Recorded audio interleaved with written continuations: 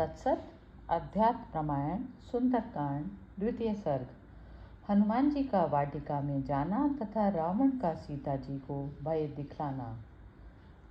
होई है सोई जो राम रचि राखा, को करी तर्क बड़ा वही साखा। जो भगवान श्री राम ने पहले ही रच रखा है वही होगा, हमारे कुछ करने से वह बदल नहीं सकता। श्री महादेव जी पार्वती जी से बोले, हनुमान जी अति सुशोभिता लंकापुरी में गए और सूक्ष्म शरीर धारण कर रात्रि में नगर में सब और घूमते रहे। सीता जी का पता लगाने के लिए वे राज मंदिर में घुस गए। वहाँ सब और ढूंढने पर भी जब उन्हें जानकी जी ना मिली तो उन्हें लंकिनी का कथन याद आया और वे तुरंत ही अति मनोज्ञ अशोक वाटिका में पहुँचे। वह वाटिका कल्प वृक्षों से पूर्ण थी। उसकी बावड़ियों की सीढ़ियाँ रत्न जड़ित थी। उसमें नाना प्रकार के पक्षी मृगगण विचर रहे थे तथा सुवर्ण निर्मित महलों को अपूर्व शोभा थी। वह वाटिका फलों के भार से झुकी हुई शाखाओं वाले वृक्षों से घिरी हुई थी। वहाँ प्रत्येक वृक्ष के नीचे जानकी जी को ढूंढते ढूंढते पवन नंदन हनुमान जी ने एक अति सुंदर देवालय देखा। वह इतना ऊंचा था कि उसके शिखर बादलों से टकराते थे। सैकड़ों मणिमय स्तंभों से युक्त उस देवालय को देखकर उन्हें बड़ा आश्चर्य हुआ। उससे कुछ और आगे बढ़े तो उन्होंने एक अत्यंत घने पत्तों वाले शीशमपा वृक्ष देखा। उसके नीचे धूप कभी नहीं आती थी और वह सुनहरी पक्षियों से आकीर्ण था। वीरवर हनुमान जी ने देखा कि उस वृक्ष के नीचे श्री जानकी जी पृथ्वी पर स्थित देवता के समान राक्षसियों से घिरी हुई बैठी हुई हैं।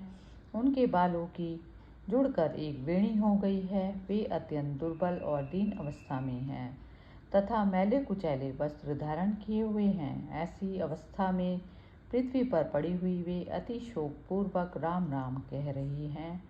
उन्हें अपना कोई रक्षक नहीं दिखाई देता और वे उपवास करने से अति दुर्बल हो गई हैं। कपिश्रेष्ठ श्री हनुमान जी शाखाओं के पत्तों में छिपकर उन्हें देखने लगे और मन ही मन कहने लगे कि आज जानकी जी को देखकर मैं कृतार्थ हो गया। आहा, परमात्मा राम का कार्य मेरे ही द्वारा सिद्ध हो गया। इसी समय अंतःपुर में से बड़े किलकिला शब्द की आवाज़ आई। तब हनुमान जी ने यह सोचकर कि यहाँ क्या गड़बड़ है, वृक्ष के पत्तों में छिपे छिपे देखा कि स्त्रियों से घिरा हुआ रावण उसी ओर आ रहा है। उसके 10 मुख 20 भुजा और कज्जल समूह के समान काले शरीर को देखकर हनुमान जी को बड़ा विस्मय हुआ और वे पत्तों में छिप गए। रावण को सदा यही चिंता रहती थी कि किस प्रकार श्री रामचंद्र जी के हाथ से जल्दी मेरा मरण हो। ना जाने क्या कारण है कि वे अभी तक सीता जी के लिए नहीं आए।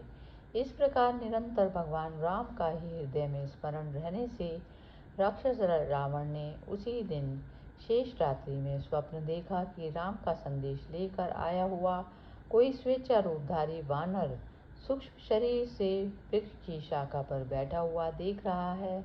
इस अद्भुत स्वप्न को देखकर उसने अपने मन में सोचा, कदाचित यह स्वप्न ठीक ही हो, अतः अब अशोक वन में चलकर मुझे एक काम करना चाहिए। मैं जानकी जी को अपने बाग बाणों से बेध कर अत्यंत दुखी करूं, जिससे वह वानर यह सब देखकर राम जी को सुनावे। यह सोचकर वह तुरंत सीता जी के पास गया। उसने उसके साथ स्त्रियों के नुपुर पाजेब और किंकिणी करधनी आदि की झनकार सुनकर सुंदर कटी वाली कल्याणी सीता जी घबराकर अपने शरीर को सिकोड़कर नीचे की ओर मुख कर बैठ गई। उस समय उनके नेत्रों में जल भर आया और हृदय भगवान राम में लगा लिया। सीता जी को देखकर रावण बोला, हे कमनीय कटी और सुंदर भ्रिकुटी वाली, तू मुझे देखकर वृथा क्यों इतनी सिकुड़ती है। अब राम तो अपने भाई के साथ पंचरों में रहता है, वह कभी तो किसी को दिखाई देता है और कभी किसी को भी नहीं दिखाई देता।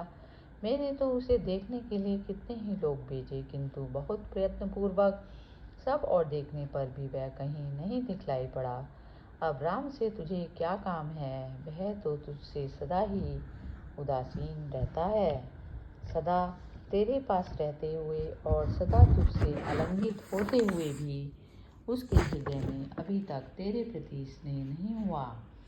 राम को तुझसे जितने भोग प्राप्त हुए, उससे जितने गुण हैं, उन सब को भोग कर भी वह कृतघ्न, गुणहीन और अधम कभी उनकी याद भी नहीं करता।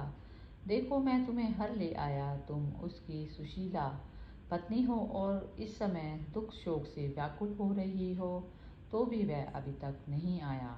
जब उसे तुमसे प्रेम ही नहीं आता, तो वह सर्वथा असमर्थ, ममता शून्य, अभिमानी, मूर्ख और अपने को बड़ा बुद्धिमान मानने वाला है। हे भामिनी, अपने से उदासीन उस नराधम से तुझे क्या लेना है? देख, मैं राक्षस श्रेष्ठ तुझसे अत्यंत प्रेम करता हूँ, अतः तू मुझसे ही अंगीकार कर। यदि तू मेरे अधीन रहेगी तो देव, गंधर्व, नाग, यक्ष और किन्नर आदि की स्त्रियों का शासन करेगी। रावण के ये वचन सुनकर सीता जी को बड़ा क्रोध हुआ। उन्होंने सिर नीचा कर लिया और बीच में तृण रखकर कहा, अरे नीच, इसमें संदेह नहीं, श्री रघुनाथ जी से डरकर ही तूने भिक्षु का रूप धारण किया और उन दोनों रघुश्रेष्ठों की अनुपस्थिति में ही कुत्ता जिस प्रकार सूनी यज्ञशाला से हवेली जाता है, उसी प्रकार तू मुझे हर ले आया है, सो बहुत शीघ्र ही उसका फल पाएगा। जिस समय भगवान राम की बाण वर्षा से विदीर्ण होकर तू यमलोक को जाएगा, उस समय ही तू अमानव राम को जानेगा। अरे राक्षस अधम, इसमें संदेह नहीं, तू शीघ्र ही देखेगा कि तुझे युद्ध में मारने के लिए भाई लक्ष्मण सहित भगवान राम समुद्र को सुखाकर अथवा उस पर बाणों का पुल बनाकर यहाँ आएंगे और तुझे पुत्र और सेना के सहित मारकर मुझे अयोध्यापुरी ले जाएंगे।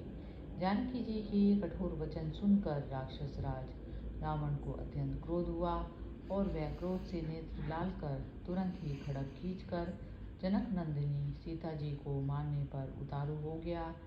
तब पति के हित में तत्पर रहने वाली महारानी मंदोदरी ने अपने पति को रोकते हुए कहा, पति देव, इस दीना शीर्णा दुखिया एवं कातर मानवी को छोड़ दीजिए। आपके लिए तो देवता, गंधर्व और नागादिकों की ऐसी अनेकों मत नयना मनोहारिणी महिलाएं हैं जो बड़े चाव से आप ही को वरण करना चाहती हैं। तब रावण ने बहुत सी विकराल वदन वाली राक्षसियों से कहा, हे निशाचरियों, भय अथवा आदर जिस उपाय से भी सीता कामना युक्त होकर शीघ्र ही मेरे अधीन हो जाए, तुम सब लोग वही करो। यही 2 महीने के भीतर वह मेरे वशीभूत हो जाएगी, तो सर्व सुख संपन्न होकर वह मेरे साथ राज्य भोगेगी। और यदि 2 महीने तक भी यह मेरी शैया पर आना स्वीकार ना करे, तो इस मानवी को मेरा प्रातःकाल का कलेवा बना देना। ऐसा कह रावण अपनी स्त्रियों के साथ अंतःपुर को चला गया और राक्षसियां सीता के पास आकर उन्हें अपने अपने उपायों से भयभीत करने लगी।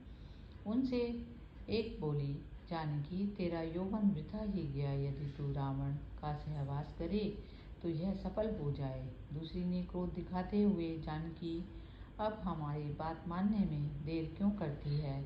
इसी प्रकार कोई खड्ग निकालकर जानकी जी को मारने के लिए तैयार होकर बोली कि इसके अंगों को काटकर अभी अलग अलग कर डालो। तथा कोई भयंकर मुख वाली राक्षसी अपना मुख फाड़कर डराने लगी। तब सीता जी को इस प्रकार वे सब डराने लगी। उन विकृत वंदना राक्षसियों को रोककर तिष्ठा नामक एक वृद्धा राक्षसी बोली, अरे दुष्टा राक्षसियों, मेरी बात सुनो, इसी से तुम्हारा हित होगा। तुम इन रोती बिलखती जानकी जी को मत डराओ, बल्कि इन्हें नमस्कार करो। मैंने अभी अभी स्वप्न में देखा है कि कमल लोचन भगवान राम लक्ष्मण के साथ श्वेत ऐरावत हाथी पर चढ़कर आए हैं और मैंने उन्हें संपूर्ण लंकापुरी को जलाकर तथा रावण को युद्ध में मारकर सीता जी को अपनी गोद में लिए पर्वत शिखर पर बैठे देखा है। रावण गले में मुंडमाला पहने, शरीर में तेल लगाए, नंगा होकर अपने पुत्र पौत्रों के साथ गोबर के कुंड में डुबकी लगा रहा है और विभीषण प्रसन्नचित्त से रघुनाथ जी से के साथ में बैठा हुआ अति भक्ति पूर्वक उनकी चरण सेवा कर रहा है। इससे निश्चय होता है कि रामचंद्र जी अनायास ही रावण का कुल सहित नाश कर विभीषण को लंका का राज्य देंगे और सुमुखी सीता को गोद में बिठाकर निसंदेह अपने नगर को चले जाएंगे। त्रिष्टा के सब वचन सुनकर राक्षसियां डर गईं। वे चुपचाप जहां तहां बैठ गई और कुछ देर बाद उन्हें नींद आ गई। राक्षसियों के डराने से सीता जी अत्यंत भयभीत और विह्वल हो गई और अपना कोई सहायक न देखकर वे दुख से मूर्छित हो गई। फिर आंखों में आंसू भरकर अति चिंताकुल होकर इस प्रकार कहने लगी, इसमें संदेह नहीं, प्रातःकाल होते ही राक्षसियां मुझे खा जाएंगी। ऐसा कौन उपाय है जिससे मुझे अभी मौत आ जाए। इस प्रकार मौत का निश्चय करके भी उसका कोई साधन न देखकर कल्याणी सीता वृक्ष की शाखा पकड़े हुए अत्यंत दुख से भरकर बहुत देर तक फूट फूट कर रोती रही। इति श्री मद अध्यात्म रामायणे उमा महेश्वर संवादे सुंदरकांडे द्वितीय सर्ग समाप्त। हरि ओम तत्सत।